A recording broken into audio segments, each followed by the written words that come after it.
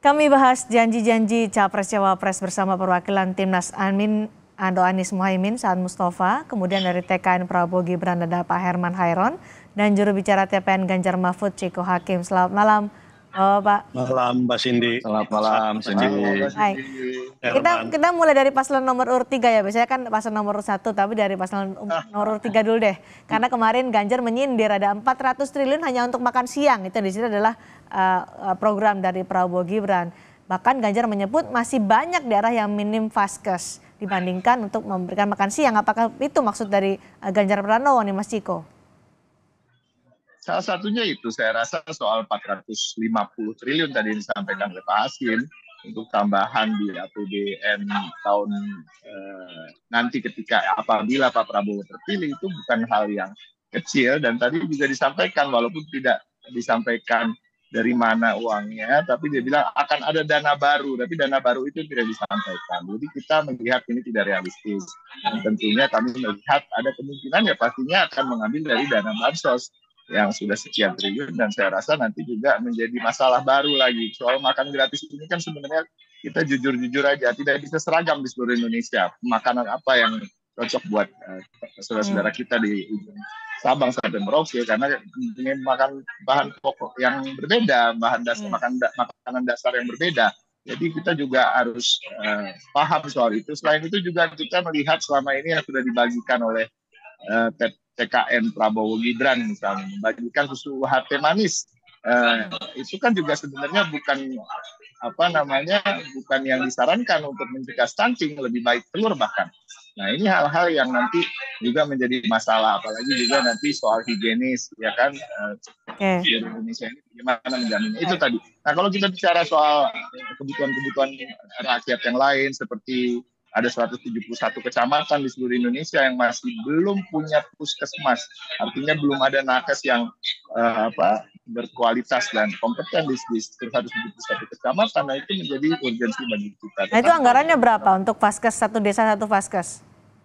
Sudah sampai 30 triliun setelah dihitung.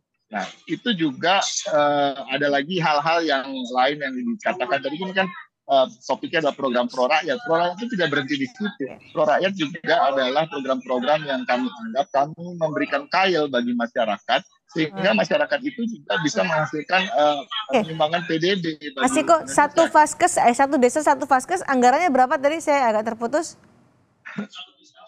Keseluruhannya dihitung kalau tidak salah tidak sampai 30 triliun. Dananya dari mana? Kalau rencana dari atau program dari Ganjar Mahfud? 30 triliun itu hal yang kecil untuk dicari di dalam APBN ya. Misalnya kita bisa bicara soal jadi ini semua berkaitan dengan program-program secara keseluruhan visi misi dari Pak Ganjar Mahfud. Salah satunya adalah pemberantasan korupsi, penghematan, penghilangan pemborosan. Penghilangan pemborosan, bayangkan ada 270 triliun yang dikorupsi dari APBN setiap tahunnya. Nah, ini itu dari situ aja kita bisa ambil dari sana. Nah, Pak Herman tadi disampaikan oleh Mas Ciko bahwa program makan siang gratis untuk anak sekolah tidak realistis dengan anggaran yang besar 400 triliun rupiah. Dari mana duitnya? Ya, karena Mas Ciko nggak mempelajari program ini secara detail. Kalau melihat dari luar ya memang mungkin akan sangat mudah untuk mengkritisi program ini. Tapi program ini sudah dilaksanakan di 76 negara. Bahkan Amerika Serikat pun di negara bagian juga melaksanakan program ini. India juga lebih masif melaksanakan program ini. Dari mana anggarannya? Saya ini kan di DPR, Mbak. Jadi pada setiap tahun anggaran terus meningkat. Anggaran kita kan terus meningkat. Jumlah APBN terus meningkat. Dan fiskal kita bisa tambahkan melalui akselerasi kegiatan dan pertumbuhan ekonomi. Nah, oleh karenanya, kalau kita mau mengukur terhadap kemampuan anggaran kita ke depan, ini pasti cukup mampu. Pertama dari mana? Karena kita tidak bisa melihat secara komprehensif. Yang harus dilihat adalah dalam visi dan misi Astacita Prabowo Gibran, ini jelas bahwa untuk bisa mencapai memberi makan siang dan susu gratis ini tentu berdasarkan sebuah rangkaian program-program yang telah disiapkan. Penciptaan lapangan kerja melalui hilirisasi dan industrialisasi, penghematan, pemberantasan korupsi. Ini jelas-jelas Baik. akan menghemat pada setiap anggaran dan menambah pada setiap satuan anggaran ke depannya. Disinilah kita bisa mempersiapkan terhadap makan Nah, siang dan 400 susu triliun itu gratis. disebutkan tadi bahwa ada dana baru untuk itu. Dana dari mana? Dana baru itu, Pak Herman? Ya tadi, bahwa anggaran ini kan tidak stuck, anggaran ini pasti meningkat. Dari tahun ke tahun kan selalu meningkat. Fiskal bisa diciptakan melalui sebuah akselerasi negara, bagaimana menciptakan pendapatan baru. Dan ini sudah dihitung bahwa dari setiap hilirisasi, industrialisasi, dan peningkatan sumber daya yang kemudian melalui hilirisasi ini, ya tentu ini yang akan memperkuat terhadap postur di APBN. Nah, Dan Pak, saya katakan bahwa tadi kalau misalkan dari penghematan pada setiap satuan yang dikorupsi, ini juga akan memperkuat terhadap posisi itu. baik, kami sudah dapat poinnya. Nah, kalau dana sebesar itu untuk satu hal makan lagi siang, yang bagaimana dengan program lain, saya pendidikan kira dan gini, satu hal kesehatan? lagi ya semuanya tentu sudah ada di dalam posturnya, ya. Postur untuk pendidikan, ya kita harus memenuhi 20% sesuai dengan konstitusi, itu jelas. Kemudian melanjutkan infrastruktur jelas. Tadi saya katakan bahwa pada setiap satuan tahun anggaran itu akan meningkat. Dan bahkan kalau kita melihat dari tingkat pertumbuhan yang ingin dicapai, kan pertumbuhan ekonomi kita ingin capai rata-rata di tingkat 7%. Dan dari kegiatan makan siang dan susu gratis ini akan berputar ekonomi yang akan tumbuh di UMKM, yang juga ini akan menjadi trigger terhadap pertumbuhan ekonomi. Saya kira ini sebuah siklus yang akan luar biasa, akan menjadi gerakan ekonomi rakyat. Selain tadi, makan siang dan susu gratis akan meningkatkan nutrisi, gizi untuk menuju Indonesia Emas 2045. Jadi ini komprehensif sekali. Kalau kita mau detail, tentu tidak cukup waktu di sini. Tetapi kalau mau kita berpikir apakah ini bisa dilaksanakan, kami pastikan bisa dilaksanakan, dan tentu secara gradual ini akan tercapai sebanyak 82,9 juta itu pada tahun 2029.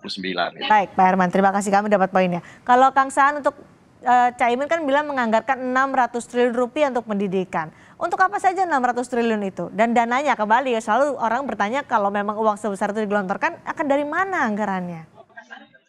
Ya, pertama saya ingin sampaikan bahwa program-program rakyat dari pasangan Mas Anies Caimin itu bukan hanya di sektor pendidikan.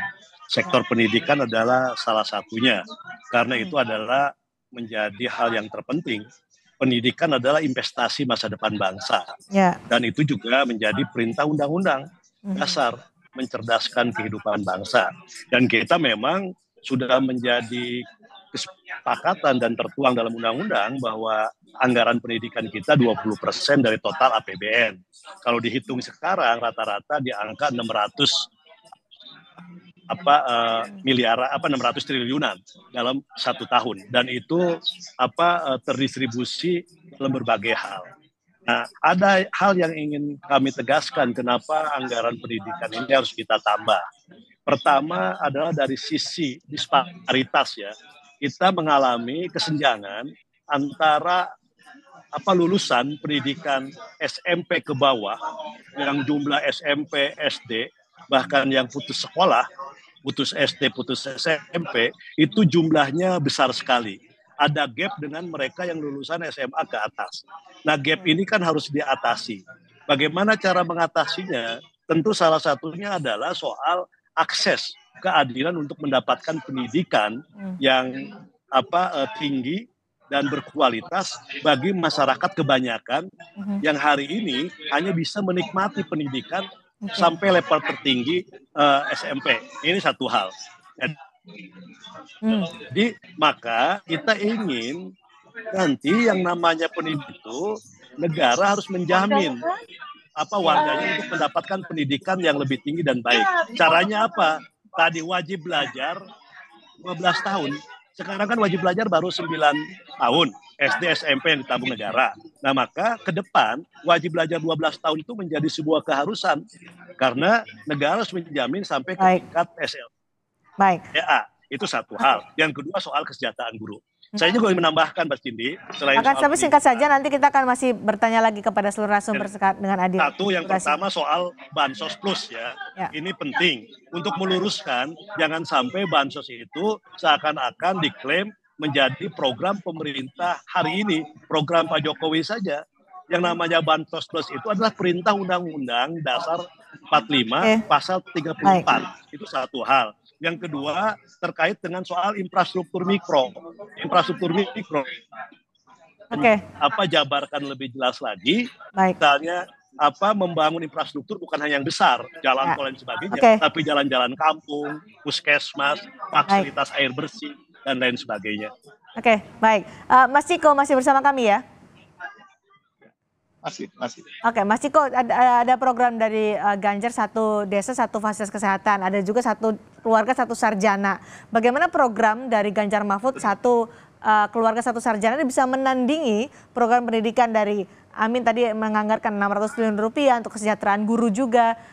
Dan juga menandingi makan siang gratis yang diklaim oleh Pak Herman Khairon ini komprehensif.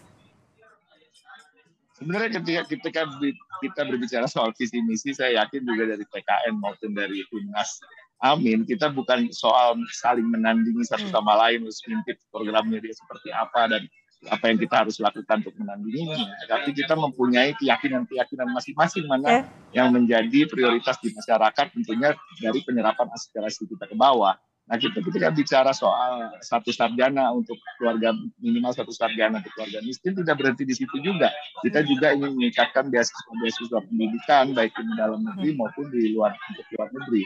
Dan kita tahu bahwa sekarang di Indonesia ini LPDP hanya mengirimkan 5.000 mahasiswa ke luar negeri, padahal kita punya jumlah penduduk sekian ratus juta, hampir 300 juta, sementara Malaysia yang hanya 30 juta penduduknya bisa mengirim 10.000 mahasiswa ke luar negeri lewat beasiswa mereka. Nah, ini yang juga harus menjadi perhatian khusus. Tapi kan kalau kita hitung memang dananya tidak sebesar apa yang disebutkan sebagai ratusan triliun tadi. Nah, ini juga yang menjadi prioritas kami. Di luar itu prioritas kami. Ketika kita bicara digitalisasi ekonomi, di bidang ekonomi, ya kita bicara tentang tentunya UMKM. Meningkatkan apa yang menjadi cara mereka berjualan, berdagang, memudahkan mereka masuk ke dalam e-commerce, dan tentunya akan berimbas pada pemasukan pajak bagi negara dan lain-lain. Begitu juga kita bicara soal ekonomi biru, kita bicara soal peningkatan harkat dan kesejahteraan nelayan, kita memberikan mereka kail dan tanda kutip, ya kan, memberikan mereka bantuan-bantuan sehingga mereka juga dapat meningkatkan PDB bagi Indonesia.